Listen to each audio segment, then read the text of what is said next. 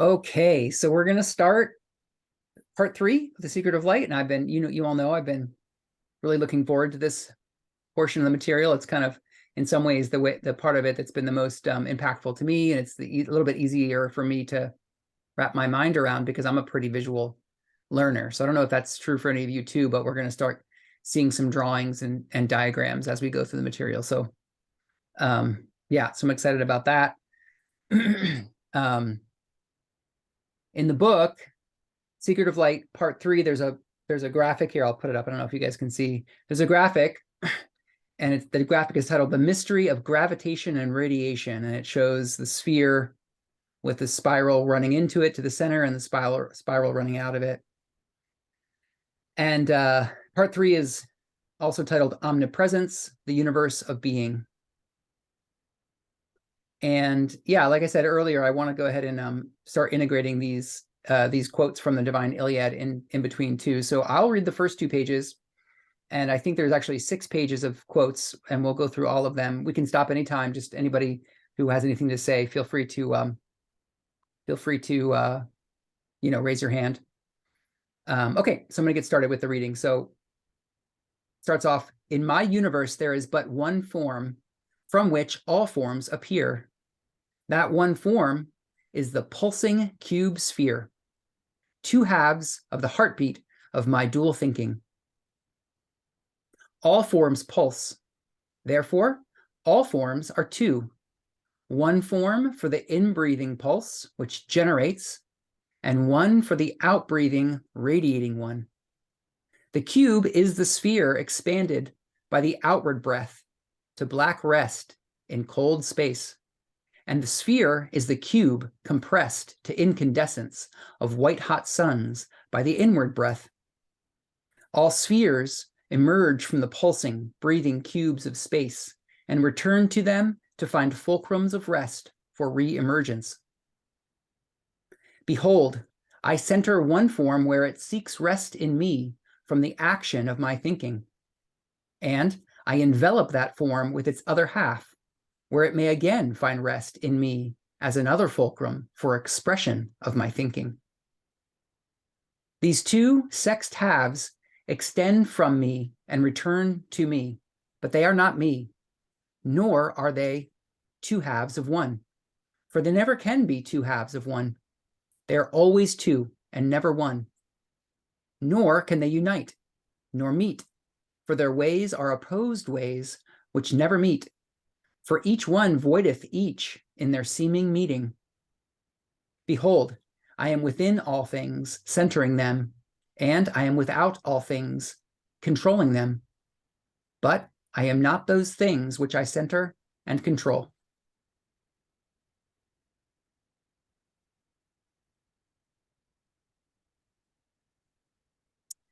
Does somebody want to take the next 2 pages, the next grouping of quotes? Could I ask a question? Oh, of course. Yeah, please. That last sentence where it says, "I'm not those things which I center and control," that would seem to suggest that there's something besides the creator. This is a deep paradox. It's a great question, Jim. Very, very, yeah, it's a very obvious question. I appreciate you asking it. Does anybody else want to say anything about that? I could respond, but I also want to open it up to anybody else who has any thoughts about it. I can share my thought. I think he keeps going back and forth between for instance, the sphere, which expresses the desire for oneness, and the cube, which expresses the desire for form. And so that seems as though there's two things, like there's oneness and there's form. But I think it's like it's just 2 parts of the one idea. There's only one idea. There's only one creator. So there's really only one thing. But there seems to be form. There seems to be a cup, which is separate. And I think that's what he's pointing to there, is like the infinite oneness is is not the expressions of oneness. I don't know, something like that. Thanks, BJ. That's kind of similar to what I would say. To put it as briefly as I can, Jim, I would say Walter Russell very much asserts that there's only one creator. There is only the creator. There's nothing else outside of the creator. What he's saying here is that the creator is not the illusion. What Ra calls the illusion, and what Walter Russell also calls the illusion, is space-time, and it's where the creator has generated a condition where it can manifest its idea, the one original thought, and then the one original thought gets is what the universe is. It's what the universe is expressing. But what Walter Russell says is that there's a very distinct difference between the creator and the creator's simulation of its thoughts, or of its one whole idea. So the easiest way to say it is that the creator is not its illusion. It's not the illusion. So what is the illusion? The illusion is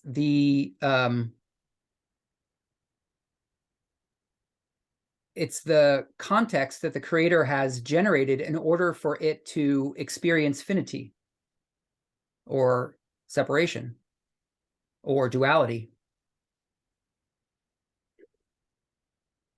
It seemed like it would just be another form of the creator. It might be an illusion that we don't perceive the creator by looking at or experiencing, but still it would be the creator. Yeah. I mean, how could it not be, Yeah, I hear you, Jim. I really do. Not just hear you, but I empathize with your position, and I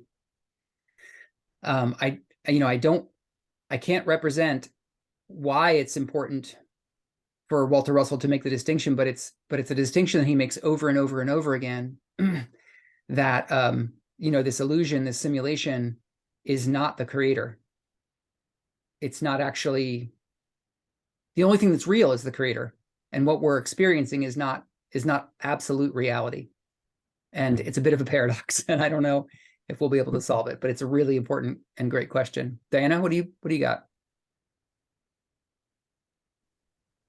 Yeah, Jim, I think that Walter Russell could just as easily have said something like, I'm the most primal and undistorted one, and everything else is a distortion of me, right? Like Ra says. And even then, Walter Russell is giving a voice to the creator that we can't presume that the creator would have if it was undistorted, etc. But I doubt that when I hear what Walter Russell saying this, I think that he's sort of assuming the role of, or channeling this essence of the undistorted creator who's telling us, don't be fooled by the illusion. There's only one thing. So I made it, and it's a part of everything that is true, but it's not the same as the true nature of God. That's how I take it. I just think Walter Russell could have said it kind of just like Ra does, or he could say it the way he's saying it. I don't get the sense when I listen to this that he's trying to drive home the point that there's something that's not the creator. I don't have that feeling. But this isn't Walter Russell saying it. It's from the Divine Iliad. This is the creator saying it. Yeah, that's I was just going to say that's a really important point. Whenever we're reading quotes from the Divine Iliad, this is the material that Walter Russell brought through that's the most undistorted. And from his telling of his experience, his illumination, his cosmic illumination, these are not his words. He took notes on these words when he was in his cosmic state, and this wasn't coming from him. So this is like channeled, or I don't know how you call, I don't know exactly how to place it, but yeah, that's a good point, Jim. That's important to know. This isn't like Walter Russell trying to pretend to be the creator or make up words to clothe his experience of the creator. These are words that he listened to. He heard these words and then wrote them down. Dana, I see your hand, BJ. Sorry, if I could just speak to that quickly. I think that he channeled this, and I think it was a form of conscious channeling. he was walking around writing things crooked on paper with big spaces and upside down and had to gather it all up and put it together. Here we have the Ra contact, if you trust the Ra contact, in the fact that, you know, Ra had to, a sixth density entity had to so carefully control Carla's vocal cords and body to make that come through. I doubt that there was an entity that was like walking Walter Russell around the room while he was in complete trance and making his hand write on a page. I have a feeling that he was receiving concepts, and was not necessarily maybe not interpreting those concepts like with his conscious mind, but he was somewhere else. He might have been in a deeper state of touch with his higher self or something. But I still think that that what was channeled had a flavor of the time when he lived and perhaps the person that he was. It's just my take on it. I don't think it's the direct voice of the creator. I don't even know if that's possible. Because we are the instruments of the creator. So there, it was colored somehow. That's what I think. BJ?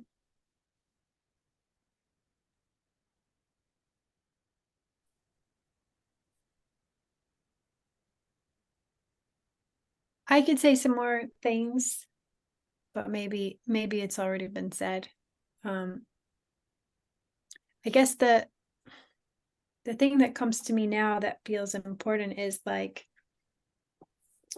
so it says, behold, I'm within all things, centering them.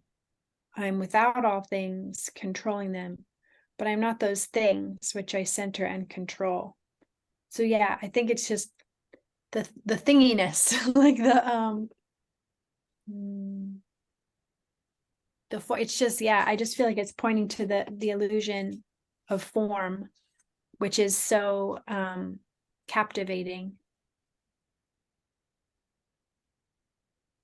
And anyway, yeah, I have another thought about it, but I feel like let's move on. Before we move on, I just want to register for the record, Diana, I'm not sure that what you represented is true. It's definitely not what I understand. I think that he was in trance. I think he wasn't conscious when this 39-day experience happened. I may have that wrong, but that was my pretty strong impression, that he was in some sort of astral projected state. He wasn't in his body. He reported as being out in the edges of space or something like that, like way, way out in the cosmic when this transmission came. So when did he write it all down? I thought he was writing it down. His body was in bed, and he had practiced earlier in his life sending information from his astral traveling back into his body. So just like Ra would, send they would use Carla was an instrument for Ra's, communication. Walter Russell's body was an instrument for his own communication through, he couldn't see what he was writing. That's why it was so scribbly. Oh, he didn't have conscious control of his hands. Nope. I didn't know. Nope. He was gone. He was out of the body. Oh, I'm glad you said that. So it was that. some sort of trance channeling. Okay. And then, then the last thing I want to say is that, like, BJ, that thing you just said, I appreciate that. I am without all things controlling them. It's like the creator isn't a thing. Creator's not a thing. Anyway, we could really chew on this question that you bring up, Jim. It's so deep. It's so central to this whole thing. And I don't normally say this, but part of what I get out of both the raw material and the secret of light is that it's not actually happening. This isn't happening right now. I know that sounds so strange and nihilistic and doesn't make any sense, but it's dancing thoughts. It's in the mind of the creator. It's not a real separate experience that is outside of the creator. It's just in the creator's mind. The things, me, the cup, the table, the computer, it's not actually there. It's a play of light. And it's all happening in the space of the creator's mind. Anyway, it's not easy to talk about this stuff. Well, let's just put it wherever it sits, and if it doesn't sit anywhere, just leave it behind, and let's keep going.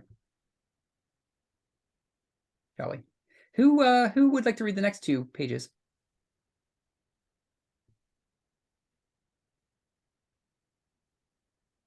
Two Well, 14. I'll read them. Thank you, Jim.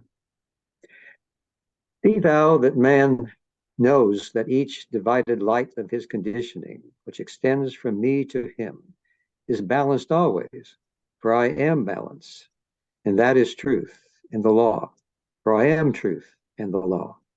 Say thou to him, each thing is everything, and each is everywhere. For I say that all things are the same thing, for all things are universal. Each thing reaches through every door thing to the furthermost star. For this purpose have I set my mirrors and my lenses of dual light to attain an infinity in my image universe in which no measure is.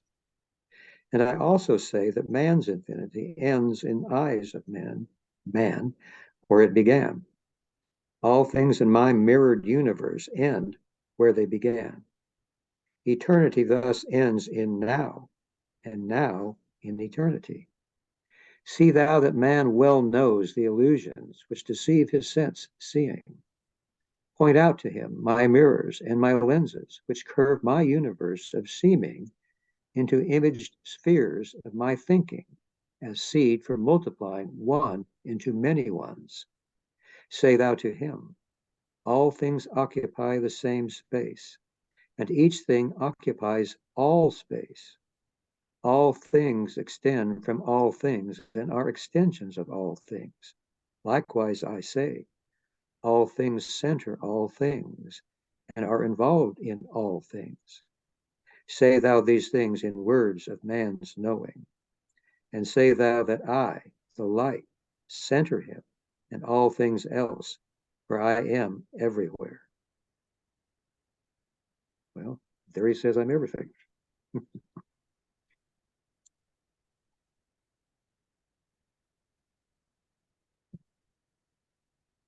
Do you want to keep going, or should we? Diana's got her hand raised. What did you want to say, Diana?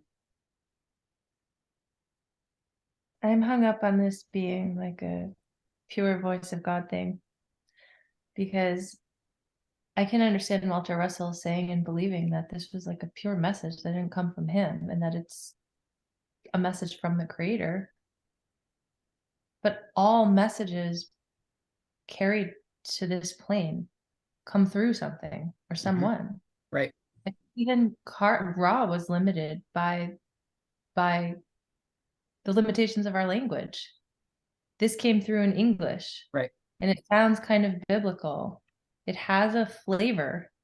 Like, I cannot believe in any way that it's 100% undistorted, because if it was undistorted, there wouldn't even be the possibility of putting words to it. So to me, it has to be a somewhat distorted but beautiful message of, relatively pure truth that is carried in the English language in whatever year this was channeled, using phrases that were common at the time and things like that. Yeah. I'm 100% with you. Mm-hmm. Yeah. Okay. Yeah. I do. I think it's like, well, that's probably all I want to say. Thank you. And it's interesting to hear you say that you're with me, because now I guess I maybe know that I misunderstood what you were saying before. Which Well, is that I don't know if you remember, God. if you were, sorry, I just interrupted you. Sorry. I'm the queen of impulsive interruptions. Go ahead. I just thought you were finished and then I started talking. Who knows when I don't know when I'm finished. Go ahead. Well, in the very beginning of our study, I think it was the first session, I was giving some context. And the best that I can figure is, well, this language certainly came from an entity. And the creator, how do you clothe an infinite being with concepts? It's beyond concept. So it's hard to talk about. It's hard to put words to. But my concept of the creator is that it's not an entity. It's the source of all entities, including the logoi, including the primal logos. But the primal logos is the first point at which the creator has taken a portion of infinity and begun to explore it. So, the first entity is the primal logos. And you have to be an entity to have a perspective, to say anything, is the way I think of it. I don't think that the one infinite creator, unmanifest, could communicate a perspective. It has to become a logos first, is the way I think about it. And so I think that this communication is coming from an entity.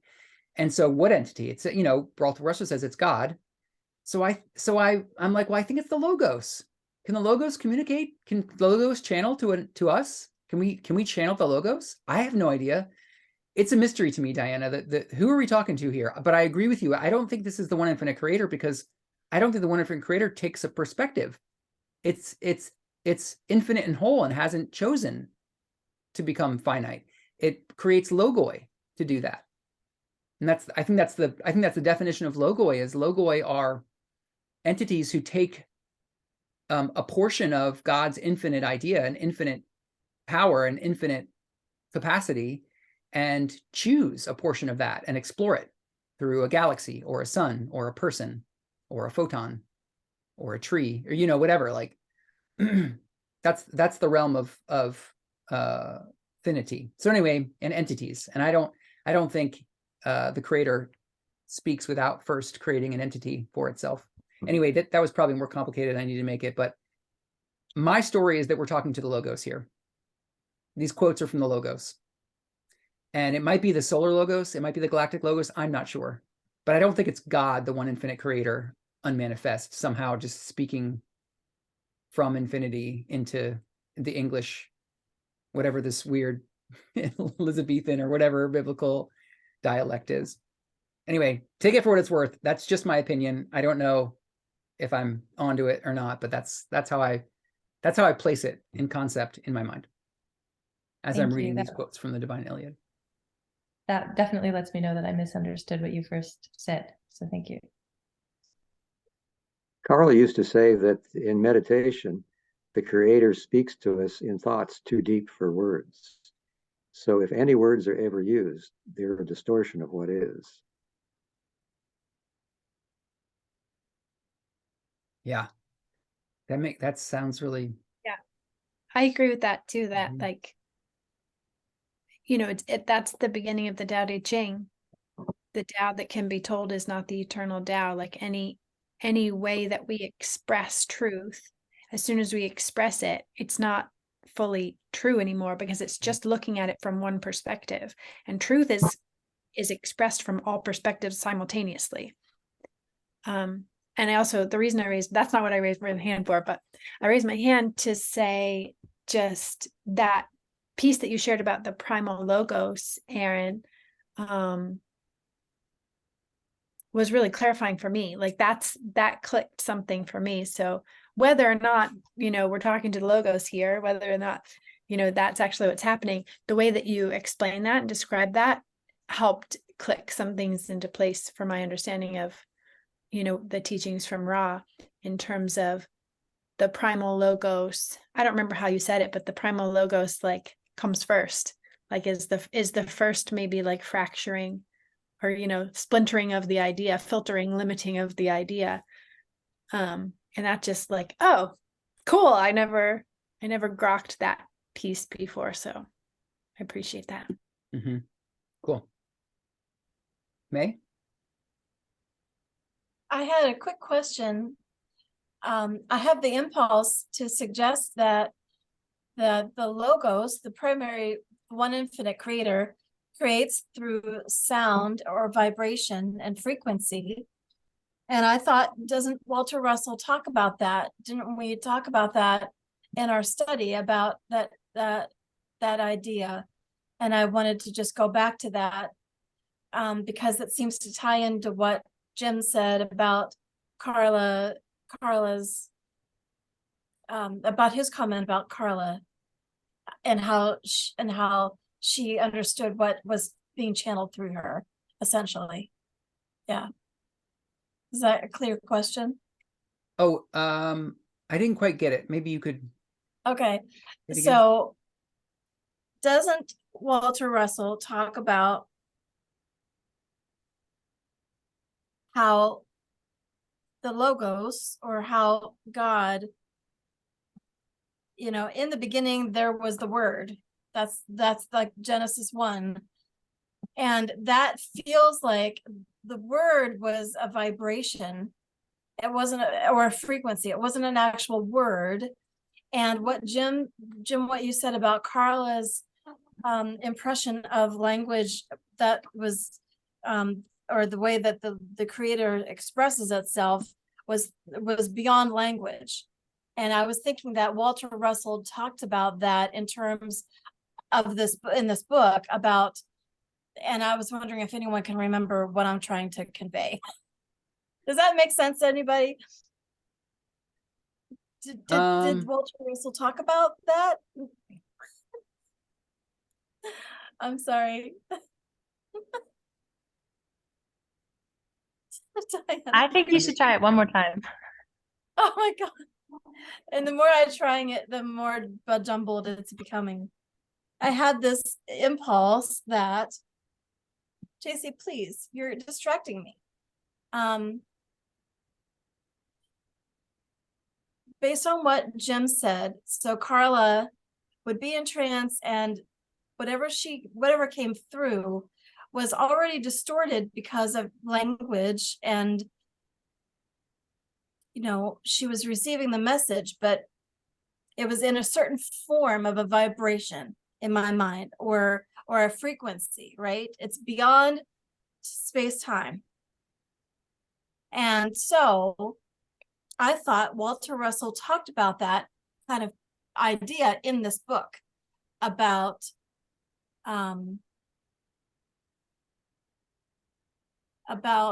what light is. That light is a frequency. It's not, that's what I'm trying to tie it into. I apologize. That's okay. I It's a appreciate where you're long, coming from.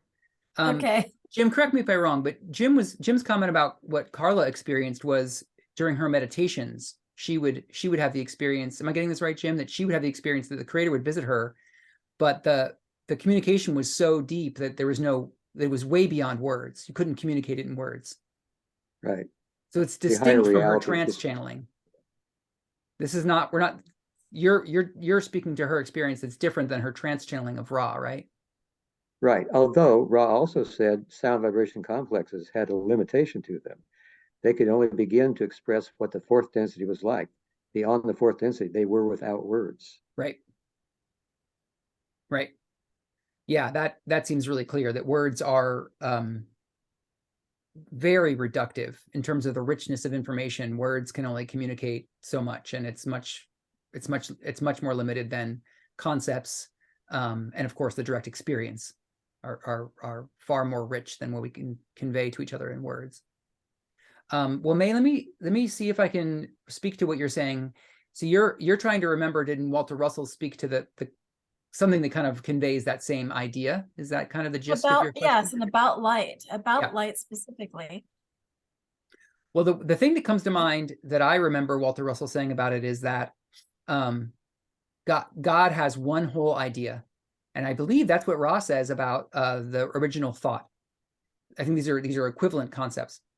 And it's the sort of the meta thought that creates everything, that comes before everything. And it contains all the seeds of all the things that get created in light, in the manifest reality, in space-time.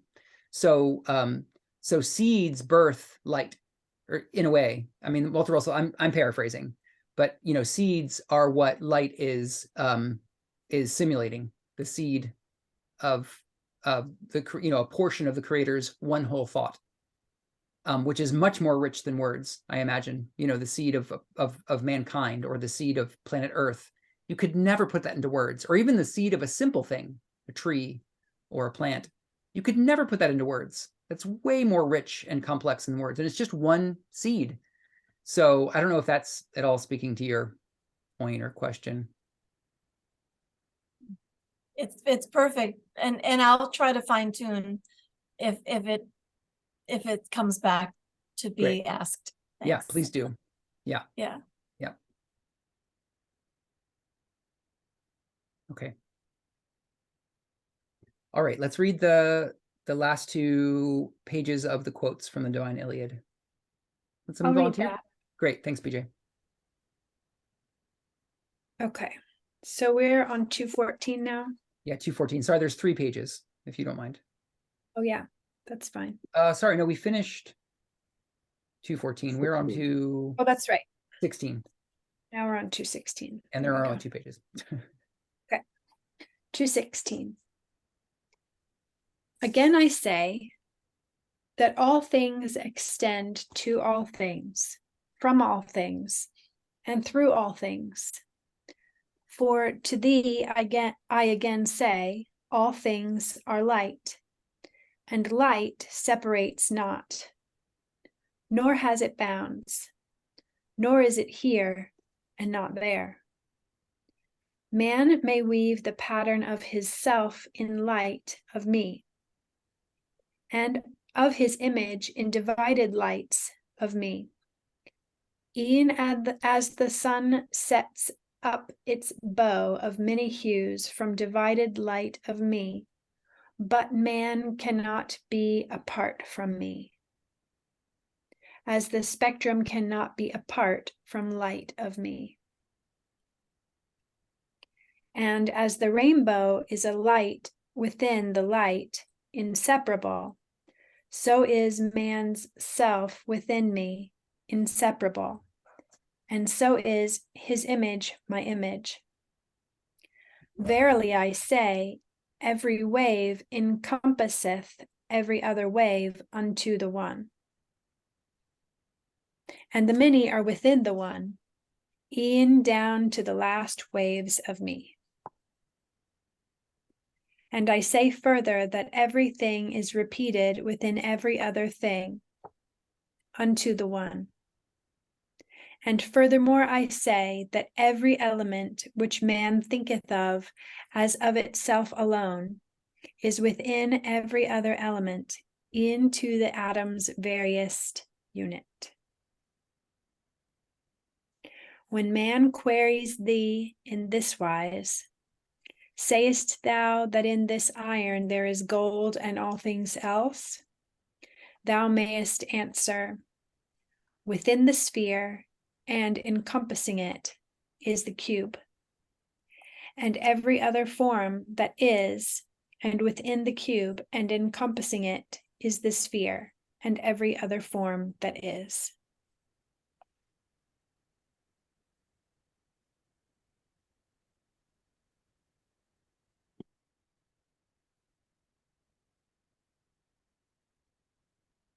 Thanks, BJ.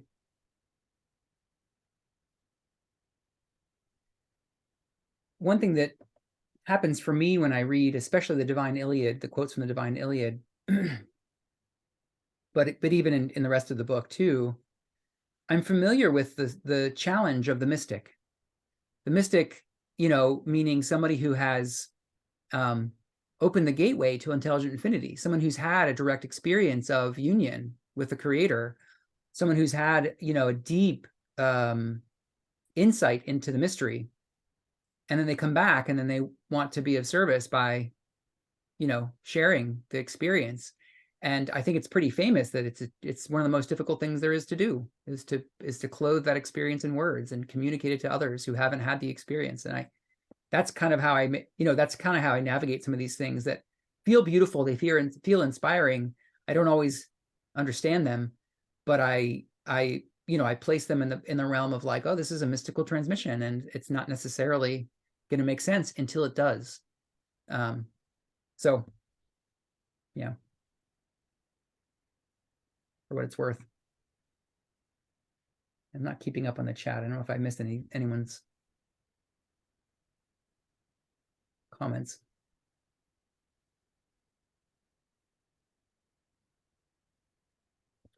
Okay, shall we get into the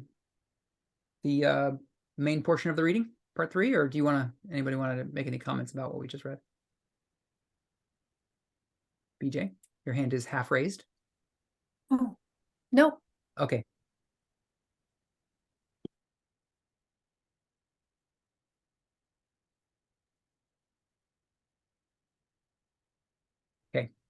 fair enough to poke at me saying that it's not really happening. I don't mean it literally. I don't know how else to say it, but there's something about that statement that is actually, I think, true. But I think it's totally fair to think that's nonsense and just drop everything I say that doesn't feel right or make sense to you. So thanks for pushing back.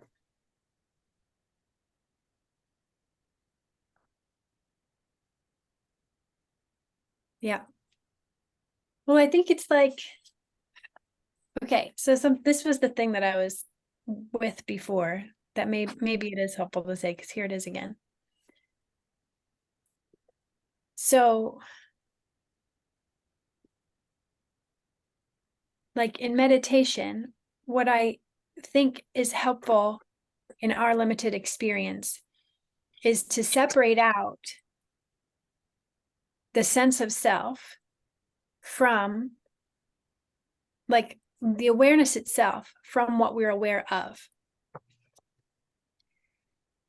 And I think it's helpful to do that because normally our sense of self is blended with what we're aware of.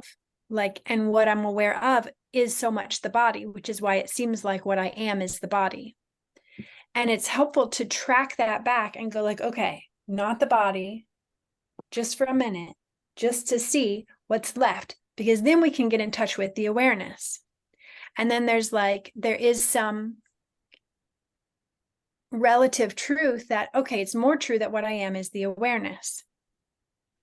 And then once I know that awareness as distinct from body, then there's like, okay, and it also includes the body. But I think there are these like, in order to get to what's paradoxically true, you have to like say not that first. Okay, not that.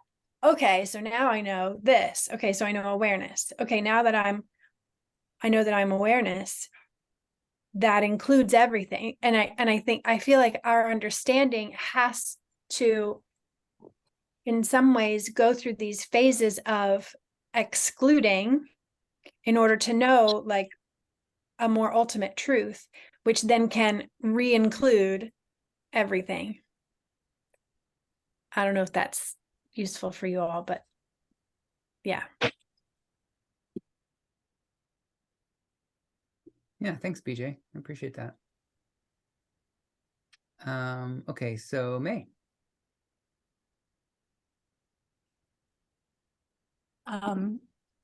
So I love what you just said, BJ, because this is your practice. And then what I'm working on doing is taking what you just said and then bringing that back into the body and integrating that, right? And it's like, and so I'm very curious how Walter Russell would include that as the circle and the sphere, you know, what that process looks like. How would he describe that in his terminology? I find that a very interesting query. Not saying we need to talk about it, but to apply it to what we're talking about here. I just think that's interesting. I yield. Well, my sense, and again, you guys, I'm still a student of this material and I'm not a master of it at all, but my sense is when he describes the system of the cube sphere, it's a model of space-time. It's not a model of time-space. It's not a model of everything. It's a model of space-time. It's a model of the manifest universe. It's a model of the material universe. And so when we talk about awareness, pure awareness, that's not a thing. That's not a part of the manifest universe. So it doesn't apply. His model of the cube and the sphere are later, are past, you know, are distortions further along. Awareness is like the first distortion, right? Awareness is like the I am. Awareness is the first distortion, I think. Or maybe, yeah, anyway, it's beyond my capacity to put words to that. Does that answer your question, May? Or does it address it? I'm not saying answer it, but And again, that's just I think what I think we're studying here. We're studying a model of space-time. And please, if someone has a different idea of it, let's get into that whenever, not necessarily now, but I'm not sure that's the case, but I think that's what we're looking at.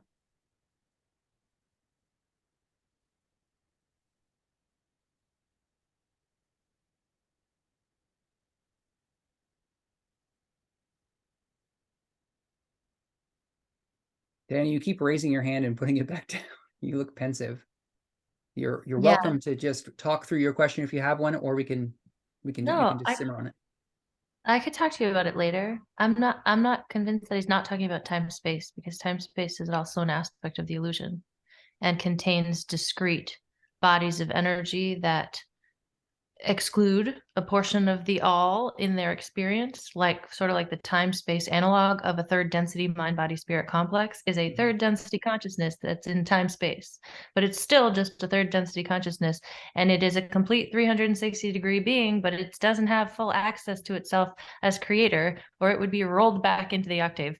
So to me, time space and space time, they're both partial, right? And I'd have to like reread this, but I guess my question for you is, and it could be answered later because I don't know how long your answer is going to be or how detailed, but like my question is, are you saying that he's suggesting this as a model of space time because you have a perception that time space is more complete, or is there a different reason why you would say that?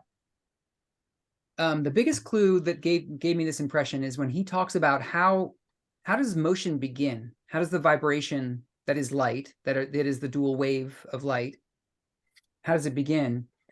It begins in thought, begins in mind, begins with the idea. And the mind of God,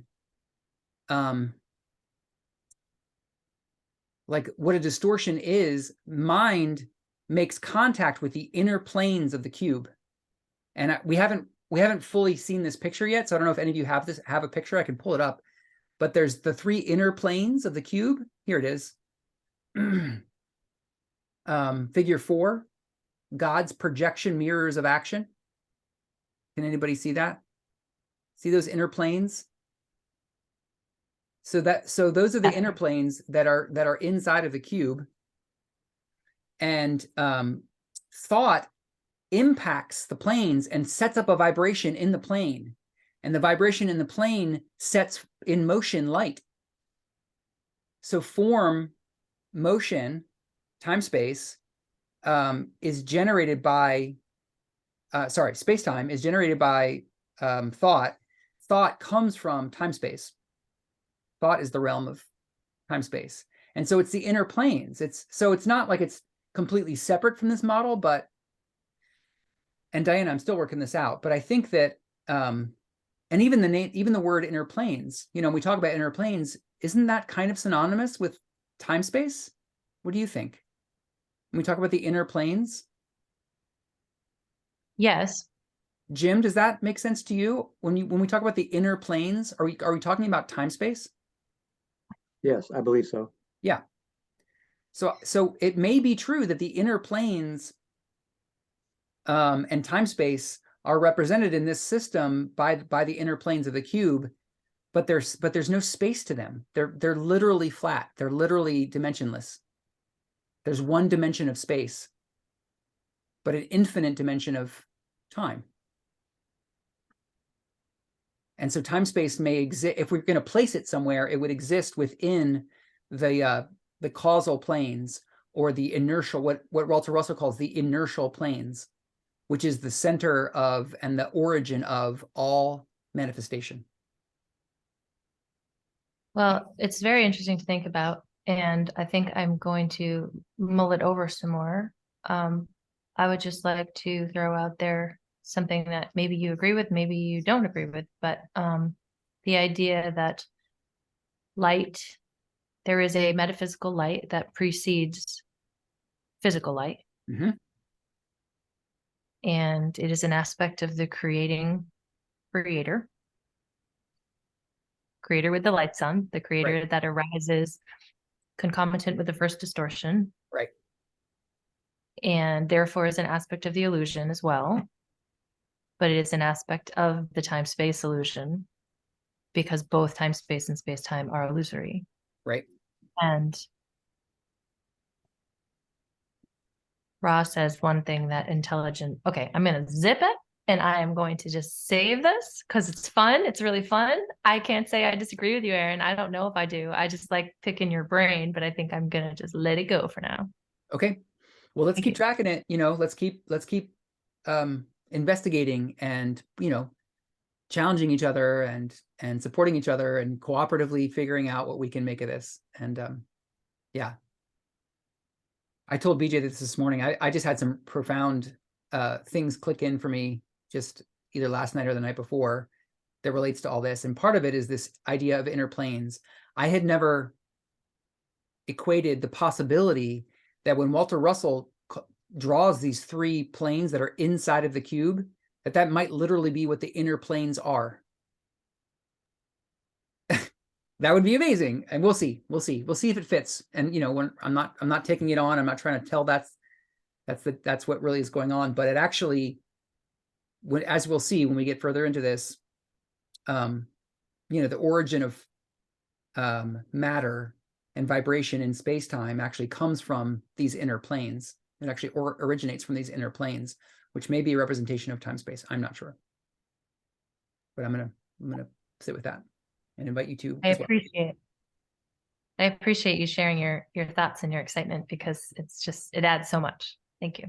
Yeah, cool, good.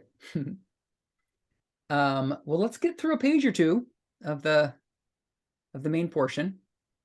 Is there anybody who has not read who would like to? Maybe, the first section, just a page and a little bit into the second page. Sure, I'll read. It looks pretty easy, so I'm a little bit tired, so that affects things. All right, we're on 218, yeah? 218. Okay, Right. great. This magnetic electric universe and postulates and diagrams. God is light. God is love. God's creating universe is founded on love. It is creating with light. The principle of love is desire to give. God gives love by extending his light. God's love is a mirror of light, which reflects his giving of love by the receiving of love. The law of love is rhythmic, balanced interchange between all givings and receivings. Regivings. Regivings, thank you. Mm-hmm. The symbol of love is the wave of dual light, which gives and re-gives equally and rhythmically. This is a dual electric wave universe of interchanging light. Then it refers to figure 1. God's love is everywhere. His light is everywhere. There is naught but good in God's omniscient universe. Evil is a product of man's thinking.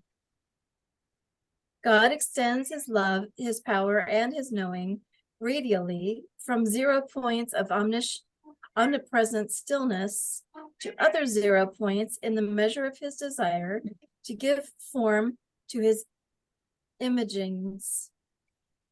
The intensity of desire extended from centering points of rest to extended points of rest determines the dimension of desire. And I'm sure you'll show us that figure 2. I'm going to end there. JC Yeah. wants to eat. Great. That's great.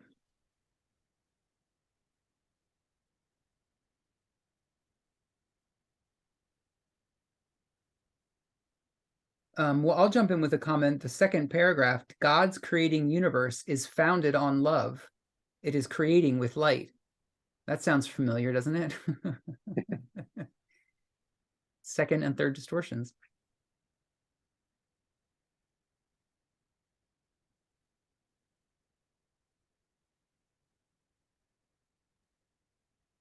When I hear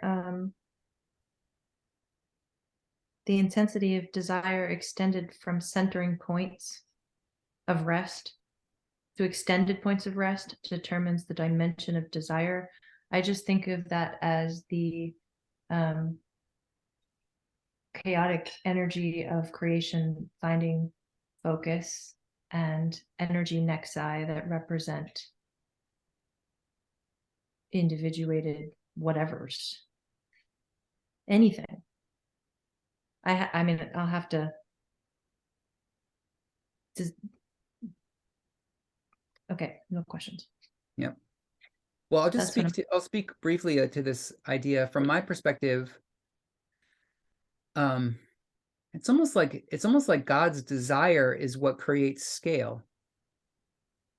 Like the desire for a galaxy is a more powerful desire than a desire for a sun. A sun is included in the desire for a galaxy. It's also a desire, but the desire for the sun is included in the galaxy, and the desire for mankind is included inside of the sun. You know, so that's the anyway. I think that's the concept here is, yeah, the scale and dimension is determined by desire. That's what I was getting at. It was Mhm. like the body of whatever is being created is determined by desire. Right. Yeah. But the body in the energetic sense, prior to any manifestation, that organization, that hierarchical organization of energy The that forms blueprint. any a thing. Yes, thanks. Yeah. Yeah. Yeah. The idea that precedes form. Kent. So going back to that last sentence again, centering points of rest to extended points of rest. Would the extended points of rest be sub-logoi, you think? No, that's not the way I understand them. The extended points of rest is like basically, so in figure 2, do you have figure 2 in front of you? Yeah. Okay, so in figure 2, the centering point is the center of this diagram. The extended points represent where the wave changes directions. So the mother light is so at the center of this diagram is where the sun, I think, is where the suns are going to accumulate, and the outer points are the edge of where the mother light the outbreath goes to the outer points and then stops and actually folds back into God, and then reemerges from the outer planes of the cube and starts the inward journey again. So the extended points of rest are where it zeroes out, is where all energy zeroes out again. So it's 0 at the center and it's 0 at the edges also. So it's like the zenith of a curve. Exactly. Exactly. Like like the apex. Right, apex, Yep. yeah, right. Mm-hmm. All right, cool. Yep.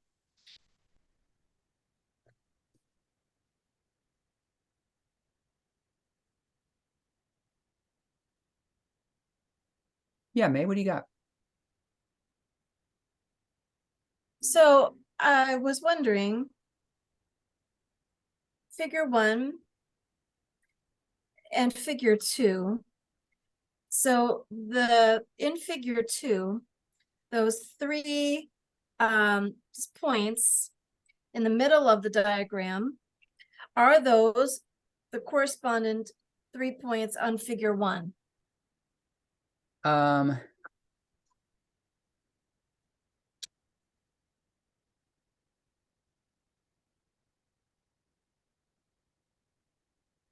I don't know for sure. I mean, it would seem that way. We go from figure 1 to figure 2. There it is. You could superimpose those. But when I check the model that I've built of this whole thing put together, I'm not getting a yes. But I'm not sure about that. So maybe just keep it open. Just keep the Yeah. question open and let's keep testing that. Cool. It's a really simple and it's a great question. Yeah.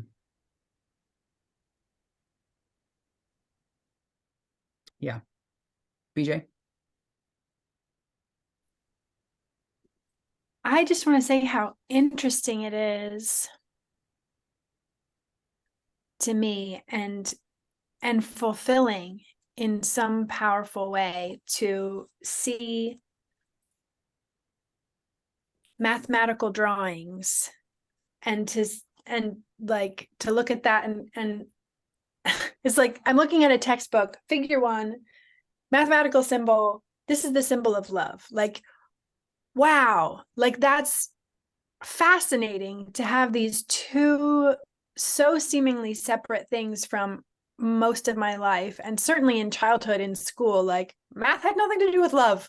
No, like nothing to do. Like, wow, it's just fascinating to go like, okay, maybe they're the same thing. And it breaks my brain in a way that gives me like full body chills sometimes when I'm actually taking it in. It's like, okay, maybe everything is one, including math class when I was in 3rd grade or 6th grade, or like all the traumatizing times that I had these teachers who were, this is not about love, and sit in your chair and listen to me. And oh my gosh. Okay. I'm like, wow. So that's the experience I'm having right now. Wow. Thanks for I sharing. think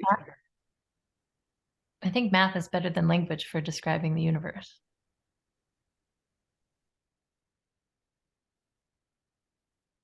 And then we have to use language to talk about math. Mm-hmm. Just because I feel to just mention, since God is love, and I believe that, the universe is founded on love, it's an interesting idea to think that maybe in figure 2, love really is the core crux of it, of all. It's just interesting to think of. That's all I wanted to mention. Mm-hmm. What do you all think of the definition of love as, or the principle of love is desire to give? Does that square with does that land? Does that feel, is that congruent? It clicks something for me. It wouldn't be how I would express it. Like there's something that Rupert Spira says that I really appreciate. That's like love is the experience of, it's the like bodily visceral experience, when we experience it that way, of oneness, of like recognizing other self as self. When we do that, the experience that we have is love. And that really makes sense to me. That's like, oh yeah, okay, right. I that's true. Like when I hear him say that, I'm like, oh yeah, I know that. Which does correspond to some extent with desire to give. It's like desire for well-being or something like that. It's care, but yeah, it clicks for me, but it doesn't feel exactly like there's something missing. Yeah. Maybe. Yeah. What about you, Dinah? You shook your head. Yeah, I didn't, when I first heard it, I was like, I mean, obviously there's different levels of love, right? Like different definitions of it. We're talking about universal love. That's a creative force. So I would think in a way it's giving, but I also think it's seeking. And when I think of 4th density love, that would be a desire to accept, or just to receive and enfold everything. And then Ra talks about 6th density generative love, right, on the sun, that they're producing offspring, that there's a type of love that creates and generates. And I don't know how close that comes to the love of our primal logos. But I didn't really construe love as something that was just a desire to give, Mm-hmm. unless maybe to oneself as well, recognizing oneself as all that there is. But he says in the next sentence something about love receiving. And then I felt better about that. Right? Doesn't Yeah. he? Yeah. Yeah. He's building this is the basic building blocks of his entire philosophy, is this built on love. I've come to believe that love is the most misunderstood, or the least, it's almost like the most difficult thing to define or something, because it gets used in so many different contexts. Even in Law of One, you've got like, it seems like there's the second distortion love, but then there's like fourth density love. Like, wait, what's the difference? That's challenging. It's always challenging. That's why I was asking. I'm not imagining we're going to come to consensus about what is love really in words. But I was just curious how it was landing. So, Kent? Yeah, I think both Aaron and Diana are onto something, or Walter Russell. I mean, saying that love is giving, that seems too limited on the one hand. But if we look at the positive path versus the negative path, what's the difference? The positive path believes in giving. On the negative path, they love self. They don't love other self. So they don't give to other self. I mean, they do give to themselves, but they don't give outward to other self. But then they are loving of self. So, yeah, I think the concept of love is very complicated. Yeah, totally. Yeah. All right. I mean, I think all the first three distortions that Ra describes are, in my experience, very difficult to talk about in words. It's another thing to meditate on them, but to talk about them, it's always like dissatisfying. It's always like, feels like more noise than signal or something. All right, well, we're coming in on 8:30, which is the end of our time together. Any final thoughts?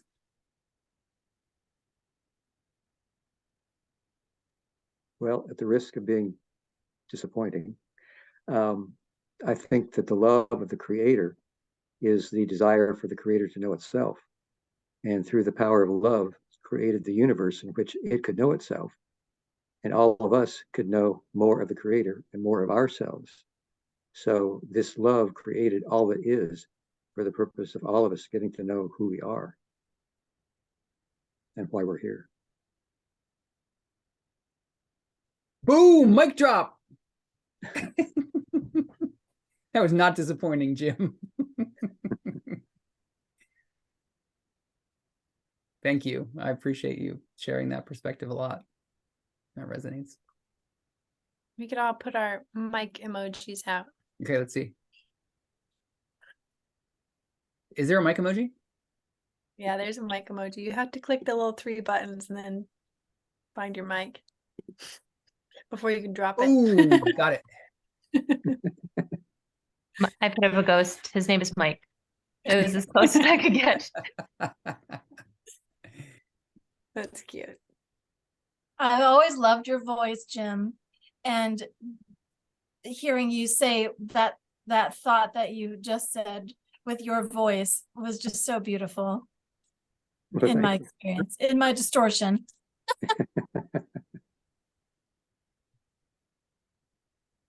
There couldn't be a better note to end on. Thank you, Jim, for that share. And thank you all for, I mean, I sort of feel like you all are indulging me. Like I put the call out for like, hey, let's read this really obscure metaphysical text, and it's not the Law of One. And you're like, all right, let's go along with that.